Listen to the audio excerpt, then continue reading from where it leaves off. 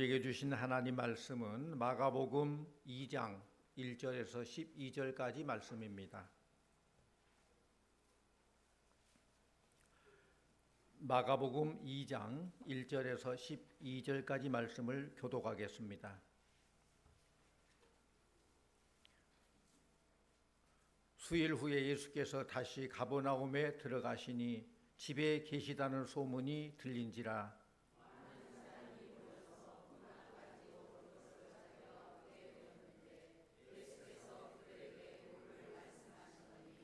사람들이 한 중풍병자를 네 사람에게 메워 가지고 예수께로 올세.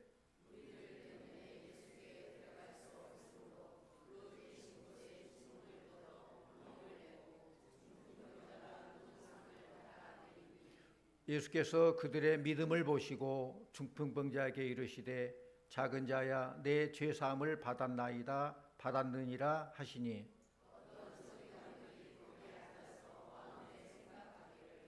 이 사람이 어찌 이렇게 말하는가? 신석모독이로다. 오직 하나님 한 분 외에는 누가 능히 죄를 사하겠느냐?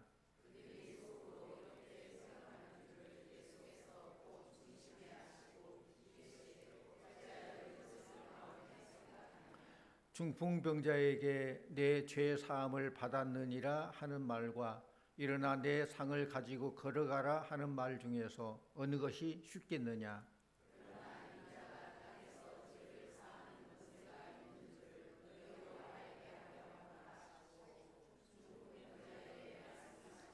내가 내게 이르노니 일어나 내 상을 가지고 집으로 가라 하시니,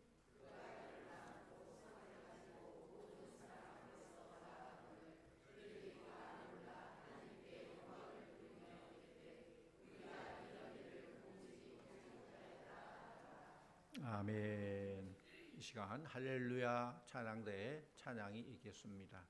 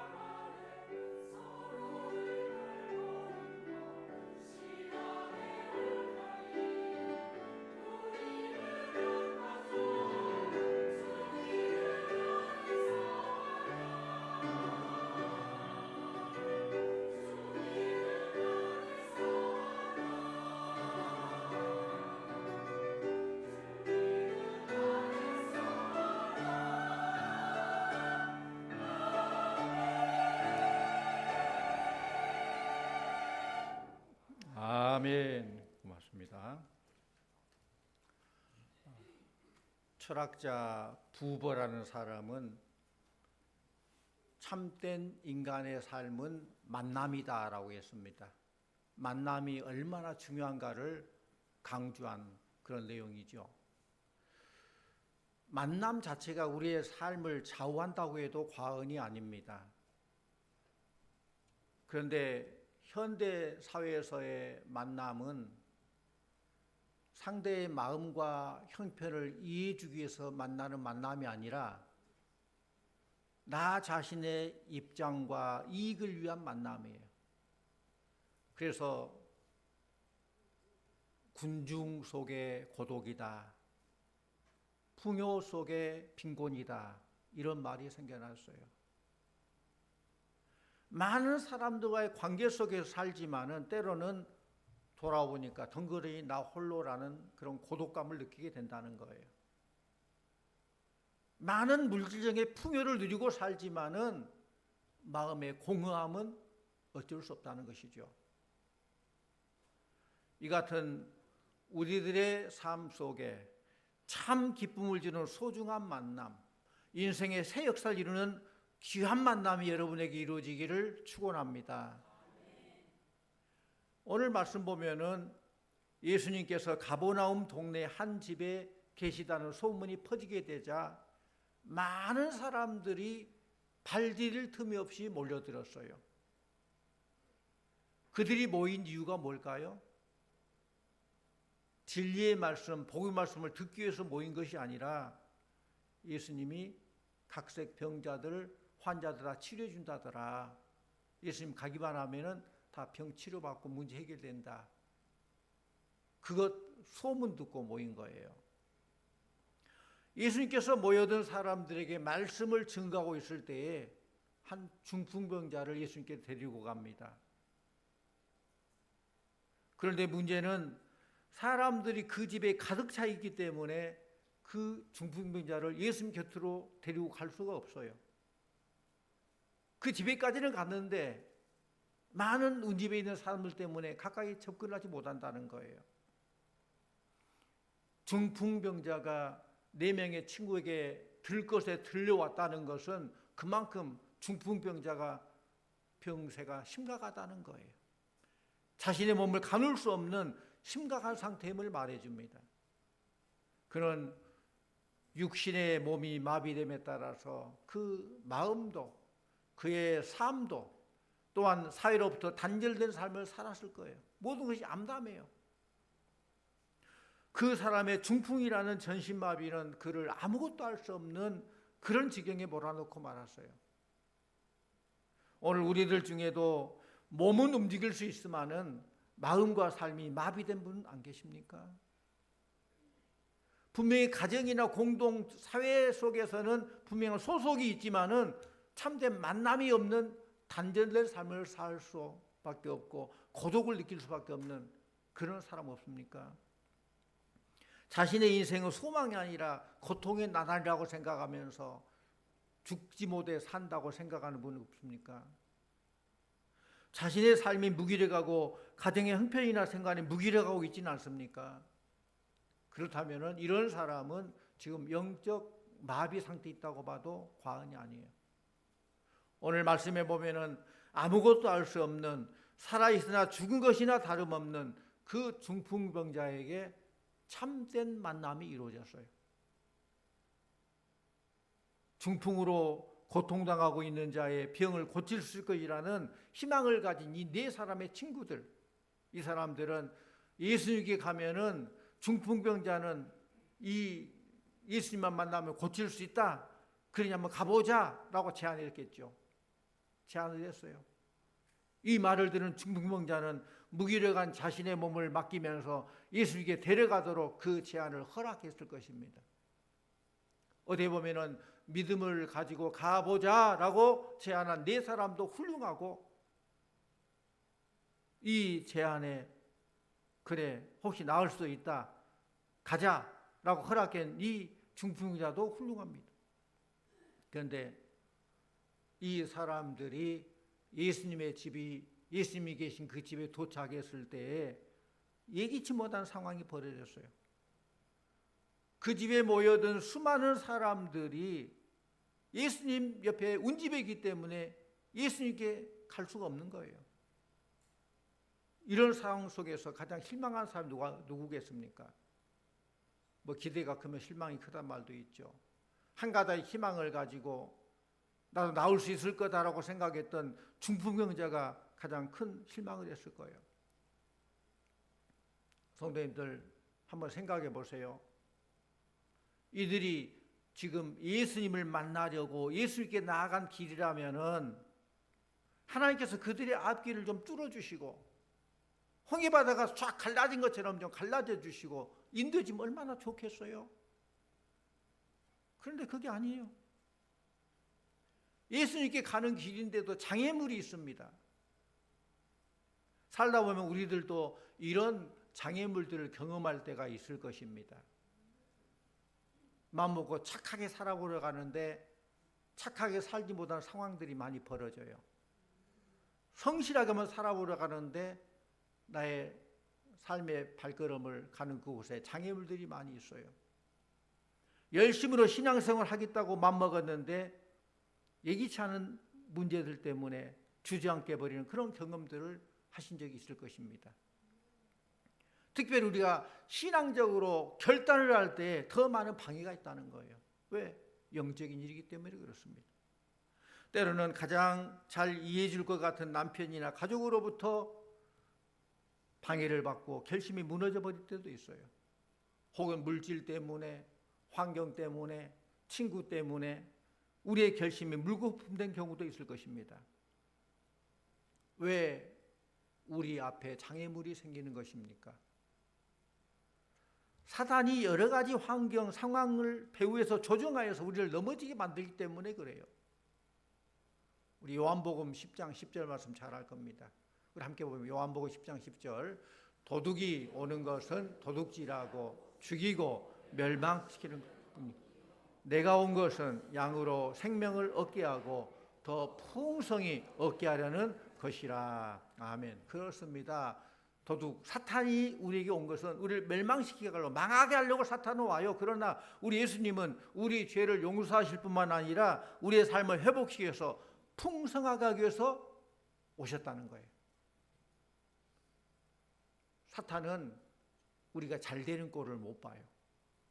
그래서 우리가 어떤 결심을 하고 잘 하려고 하려면 그 결심을 방해해요. 우리가 감당할 수 없는 많은 장애물들을 우리 앞에 놓게 됩니다. 그러나 오늘 말씀 보니까 중풍병자를 데리고 왔던 네 사람들은 결코 포기하지 않았습니다. 예수님을 만나게 되고 중풍병자를 고쳐야 되겠다는 그들의 마음이 흔들리지 않았습니다. 사랑하는 성도님들, 뜻이 있는 곳에 길이 있기 마련입니다. 그들에게 굿 아이디어가 떠올랐어요.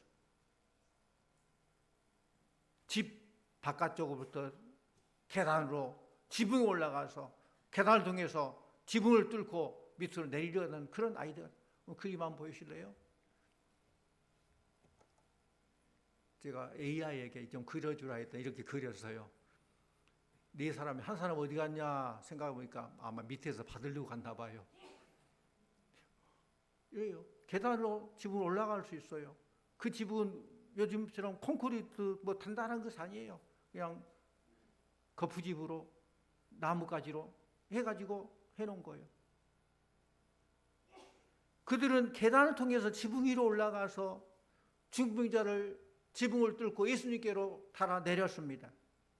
중풍병자는 예수님 바로 앞에 내려졌습니다. 성도님들, 여러분들이 가려고 하는 길에 장애물이 있다고 절망하거나 포기하지 마시기를 바랍니다.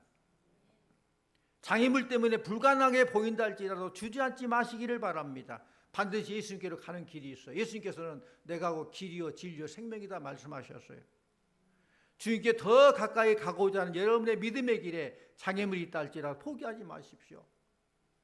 장애물은 믿음을 돋보이게 하는 기회인 줄로 믿습니다. 아, 기회다. 내 믿음은 여기서 포기하지 않는다. 내가 이 기회를 잘 이길 때 나는 더 크고 놀라운 축복을 받을 수 있다. 그런 믿음으로 이겨나가야 돼요.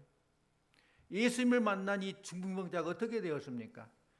5절 말씀 같이 원합니다. 5절 예수께서 그들의 믿음을 보시고 중풍병자에게 이르시되 작은 자야 내 죄 사함을 받았느니라 하시니, 그 말씀 보면은 누구의 믿음을 봤다고요? 그들의 믿음을 보시고 그러겠어요. 그들은 복수이죠. 한 사람이 아니에요. 예수님께서는 그를 데리고 네 사람의 믿음을 본 것이에요.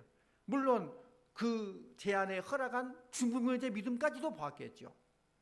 그들 앞에 놓인 장애물에도 불구하고 예수님 만나기 위해서 지붕을 뚫고 내린 그 사람들의 그 믿음을 봤다는 거예요. 어떤 환경, 장애물을 뚫고 일어설 수 있는, 포기하지 않는 그들의 믿음을 봤다는 것입니다. 사랑하는 성도님들, 성경에 보면은 하나님은 보시는 하나님이십니다. 들으시는 하나님이십니다. 뭘 들읍니까? 우리의 기도를 들으십니다. 우리의 부르짖음을 들으십니다. 때로는 우리가 부정적인 말하고 원망하고 비평하는 그런 말도 들으십니다. 들으시는 하나님이에요. 뭘 보십니까? 우리의 믿음을 보고 계시고, 고난을 보고 계시고, 선한 일 행한 것도 보고 계시고, 봉사하고 헌신하는 걸 보고 계시는 하나님이에요. 오늘 말씀 보면 그들의 믿음을 보시고 고쳐주셨다고 기록하고 있어요. 성도님들, 믿음이 보입니까? 믿음은 볼 수 있는 가견적인 물질이 아니에요. 추상명사예요. 그런데 우리 주님은 그 믿음을 보신 거예요. 물론 믿음 자체는 안 보이지만 믿음의 행동이 보인 거겠죠. 믿음은 가만히 있는 거 아니에요. 믿음 행동으로 연결되는 거예요. 사람들은 외모를 봅니다. 학벌을 봅니다. 재산을 봅니다. 그러나 하나님은 믿음을 보십니다. 하나님께 참 믿음을 보여드리는 우리 성도님들 다 되시기를 축원합니다. 그렇다면 우리 주님께서 보신 그들의 믿음, 이 네 사람이 보여준 믿음이 어떤 믿음일까요? 말씀드린 대로 첫째는 그들의 믿음은 행동하는 믿음입니다. 따라해 볼래요? 행동하는 믿음. 중풍병자를 예수님께 데려온 그들은 예수님께서 능히 고쳐주실 것을 믿었습니다. 믿어요. 그런데 믿기만 하고 가만히 있는 게 아니라 환자를 들것에 들고 예수님께로 데려왔습니다. 행동하는 믿음이에요. 사람들은 보통 믿음과 행함을 두 개로 구별을 시켜요. 믿음, 행함 그렇게. 그런데 믿음과 행함은 분리할 수 없습니다. 행함이 있는 믿음을 주님께 보여줘야 돼요. 믿음이 있다고 하면서 행함이 없다면 그건 진짜 믿음이 아니죠. 우리가 기도하고 봉사하고 헌신하고 전도하는 것을 주님이 보시도록 주님께 여러분의 믿음을 보여드리는 성도님들 다 되시기를 축원합니다. 안에 있는 보이지 않는 믿음을 행동으로 보여드려야 된다는 거예요. 그래서 그 믿음을 보시고 그랬다는 거예요. 또 두 번째로는 그들의 믿음은 협력하는 믿음이었습니다. 따라합니다. 협력하는 믿음. 말씀 봅니다. 마태복음 18장 19절 말씀 같이 봅니다. 진실로 다시 너희에게 이르노니 너희 중에 두 사람이 땅에서 합심하여 무엇이든지 구하면 하늘에 계신 내 아버지께서 그들을 위하여 이루게 하시리라. 아멘. 두 사람이 합심하여 구하면 아버지께서 이루게 하시리라. 응답해 주시리라 말씀하십니다. 기도하는 것도 마음을 합쳐서 기도해야 돼요. 마음이 하나가 돼야 돼요. 이 네 사람 중에 한 사람이라도 협조하지 않는다면 환자를 데려갈 수 없을 것입니다. 여러분이 이 네 사람 중 한 사람이었다면 여러분 어떤 태도를 보였을 것 같습니까? 적극적으로 협력합니까? 아니면 반대했을 것입니까? 하나님의 일은 사랑으로 해야 됩니다. 믿음으로 해야 됩니다. 물론 소망 가운데서 다 나오죠. 우리 기독교 덕목이 사랑으로, 믿음으로, 소망 가운데 이 모든 게 다 들어있어요. 이 사건 속에. 인간의 생각을 앞세워서 반대한다면 하나님은 그런 사람 쓰지 않습니다. 인간의 생각 앞세워서 반대한다면 하나님은 그런 사람에게 복 주지 않습니다. 사랑하는 성도님들, 교회에서 무슨 일을 추진하면 열심히 협력해야 됩니다. 협력하시기를 바랍니다. 기도합시다. 그럼 좋습니다. 합시다. 전도합시다 하면 좋습니다. 합시다. 적극적으로 협력하는 성도님들 다 되시기를 축원합니다. 안 됩니다. 기도해도 소용없습니다. 전도 안 됩니다. 왜 안 하던 일을 하려고 하면서 이렇게 고생하게 만듭니까? 나는 못하겠습니다. 그러면 안 돼요. 민수기 14장 27절 말씀 같이 봅니다. 민수기 14장 27절. 나를 원망하는 이 악한 회중에게 내가 어느 때까지 참으랴. 이스라엘 자손이 나를 향하여 원망하는 바, 그 원망하는 말을 내가 들었노라. 그 원망하는 말을 내가 들었노라. 하나님 우리의 기도도 듣고 신음하는 소리도 듣고 말하지 못한 것까지도 들으시지만은 우리의 원망하는 말도 듣고 부정적인 말도 다 들으신다는 거예요. 주님이 우리의 말을 다 듣고 계십니다. 그런 말 있잖아요. 난 말은 누가 듣고? 새가 듣고, 반말은 누가 듣고? 쥐가 듣는다. 낮은 밤이면 모든 말을 누가 들어요? 하나님이 들으셔요. 하나님 들으셔요. 또 함께 일할 때에는 보조를 잘 맞춰야 돼요. 이 네 사람이 다 다르겠죠. 키도 다르고 보폭도 다르고 힘도 다르고 다 다르겠죠. 그렇지만은 보조를 잘 맞출 때에 환자를 예수님께로 데려갈 수 있었습니다. 이처럼 내가 남이 가진 것보다 더 많이 가졌다는 물질로 협력해서 맞춰줘야 돼요. 더 재능 있는 사람은 재능으로 협력해야 돼요. 건강 있는 사람은 건강으로 협력해야 돼요. 시간이 좀 되는 사람은 시간으로 협력을 해야 돼요. 이것을 주님께 보여드려야 한다는 것이죠. 또 세 번째로 그들의 믿음은 불가능한 중에서도 가능성을 찾는 믿음입니다. 따라합니다. 가능성을 찾는 믿음.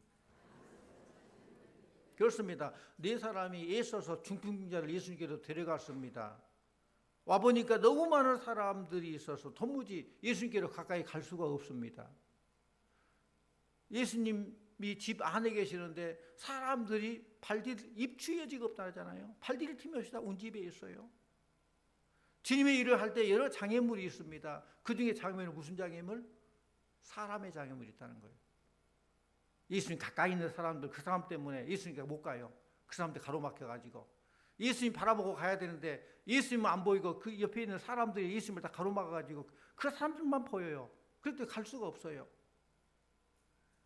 이때 내 친구들은 포기하지 않고 비상한 방법을 찾았습니다. 비상할 때는 비상한 방법을 찾아야 돼요. 지붕 위로 올라가서 지붕을 뚫고 내리는 그런 방법이었습니다. 많은 사람이 예수님의 말씀을 듣고 있었죠.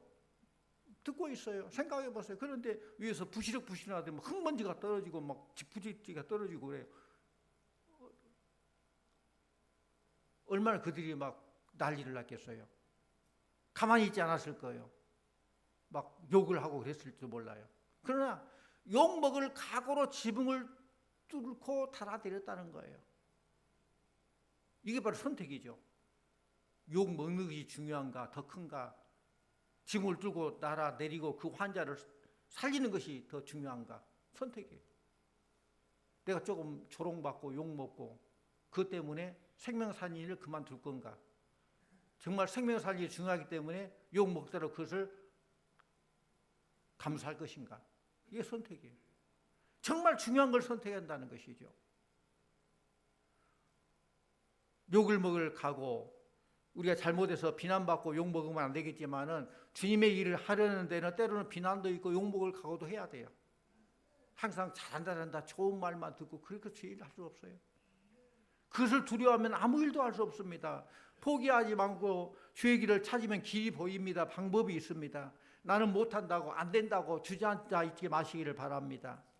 나는 전도할 줄 모른다고 포기하지 마시기 바랍니다. 방법을 찾아보면 길이 보인다는 거예요. 예수님은 그들의 믿음을 보시고 일어나 내 상을 가지고 집으로 가라 말씀하시자 그가 일어나 누웠던 들것을 가지고 모든 사람 앞에서 걷게 되었습니다. 할렐루야. 살아있으나 죽은 사람 같았던 중풍병자가 예수님을 만난 후에 걷게 되었다는 거예요. 이제 더 이상 그는 중풍병자가 아닙니다. 환자가 아닙니다. 이제 그는 새로운 인생을 살 수 있게 된 것입니다. 아무것도 할 수 없는 무기력한 존재가 아니라 그는 힘있게 삶을 살 수 있는 그런 사람이 되었어요. 예수님 만남으로 새로운 인생이 출발하게 됐다는 거예요. 성도님들은 마비되어 제 기능을 발휘하지 못하고 있는 그런 부분이 없습니까? 마음이 마비되어 냉랭하고 있지 않습니까? 인생이 마비되어 풀리지 않는 그런 일들이 있습니까?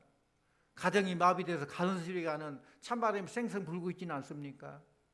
신앙의 마비로 교회 생활에 기쁨이 없고 성도들 만나도 하나님 말씀을 들어도 찬양에도 무감각해 지는 않습니까? 예수님 만나시기를 바랍니다. 예수님 주위에는 많은 사람이 있었어요. 어떻게 보면 세상으로 보면 그런 예수님 만난 것 같아. 그러나 정말 예수님 만나고 기적이 일어난 사람은 그들의 믿음을 보시고 믿음으로 결단하고 예수님께 나아간 그 4명, 그리고 중풍병자예요. 예수님을 만나야 돼요. 예수님은 우리 죄뿐 아니라 마비된 우리를 치료하시고 회복시키는 능력을 가지고 계십니다. 예수님 만나면 삶의 활력을 되찾게 될 것입니다. 그 집에는 중풍병자 그리고 그를 데려온 4사람만 있었던 건 아니죠. 오늘 말씀 보니까 예수님을 보기 위해서 수많은 무리들이 있었습니다. 그리고 6절의 말씀 보니까 어느 누구보다도 예수님을 잘 섬긴다고 자랑하는 서기관들도 있었습니다. 그런데 그들에게는 아무 일도 일어나지 않았습니다. 성도님들, 우리를 소원의 항구로 인도하시는 예수님과의 만남을 통해서 새로운 인생 역사가 시작되기를 원합니다. 예수님께 우리의 믿음을 보여드릴 때에 우리 주님은 역사하실 것입니다. 왜 기쁨이 없습니까? 왜 기도가 응답되지 않습니까? 왜 하나님의 축복을 받지 못합니까? 우리는 먼저 합력하여서, 오늘 찬양 드린 그 찬양 모든 내용이 오늘 말씀을 요약하는 건 찬양이에요. 합력하여서 주님을 기쁘시게 드리는 그런 일을 감당할 때에 놀라운 역사, 기적이 일어날 줄로 믿습니다. 아프리카 속담에 한 아이를 키우려면 온 마을이 필요하다, 그런 말이 있어요. 한 영혼을 주님께 인도하려면 온 교회가 합심하여 기도하고 손발이 되어서 모든 일을 감당할 때, 힘을 합칠 때 가능한 것입니다. 나는 안 해, 예외로 내가 빠지고, 아니에요. 비록 미약하지만은 아멘으로 순종하고 협력할 때 역사가 일어난 거예요. 내 힘으로 된 거 아니죠. 하나님께서 나를 통해서 더 큰 일을 감당하는 것이죠. 무디가 한 영혼을 전도할 때에 항상 여러 사람에게 기도를 부탁했습니다. 어떤 집회에서 수많은 사람들이 회개하고 주님께 돌아왔는데 그 배경에는 무대 뒤에서 눈물로 기도하는 수십 명의 중보자가 있었다는 거예요. 중보기도자가 있었다는 거예요. 무디는 이렇게 고백했습니다. 나는 혼자 힘으로 아무것도 할 수 없습니다. 그러나 기도하는 성도들과 함께 할 때 하나님은 놀라운 일을 행하십니다. 이것이 바로 중풍병자 친구들이 보여준 합력하여 이루는 구원이에요. 사랑하는 성도님들, 중풍병자 친구들은 중풍병자를 낫게 하려는 절박함으로 마음이 하나가 됐을 때 그 믿음과 합력하여서 한 영혼을 살리게 됐다는 거예요. 교회는 혼자 걷는 길이 아닙니다. 함께 짐을 지고 함께 영혼을 품고 함께 주님 앞에 나아가는 공동체입니다. 우리 모두 함께라는 믿음의 연대 속에서 주님이 찾으시는 영혼을 끝까지 사랑하고 구하고 전도 대상자를 삼고 그래서 함께 기도하고 함께 협력하여서 구원을 이루어내는 복된 성도님들, 복된 교회가 되기를 간절히 축원합니다. 기도합니다. 사랑과 은혜가 풍성하신 아버지 하나님, 중풍병자 친구들이 합심하여 한 영혼을 주님께로 인도했듯이 우리도 함께 기도하며 함께 손발이 되어서 잃어버린 영혼들을 주님께 인도하는 교회가 되게 하여 주시옵소서. 나 혼자 힘으로는 부족하지만은 교회가 한 마음이 될 때에 주님은 놀라운 구원의 역사를 이루시는 줄로 믿습니다.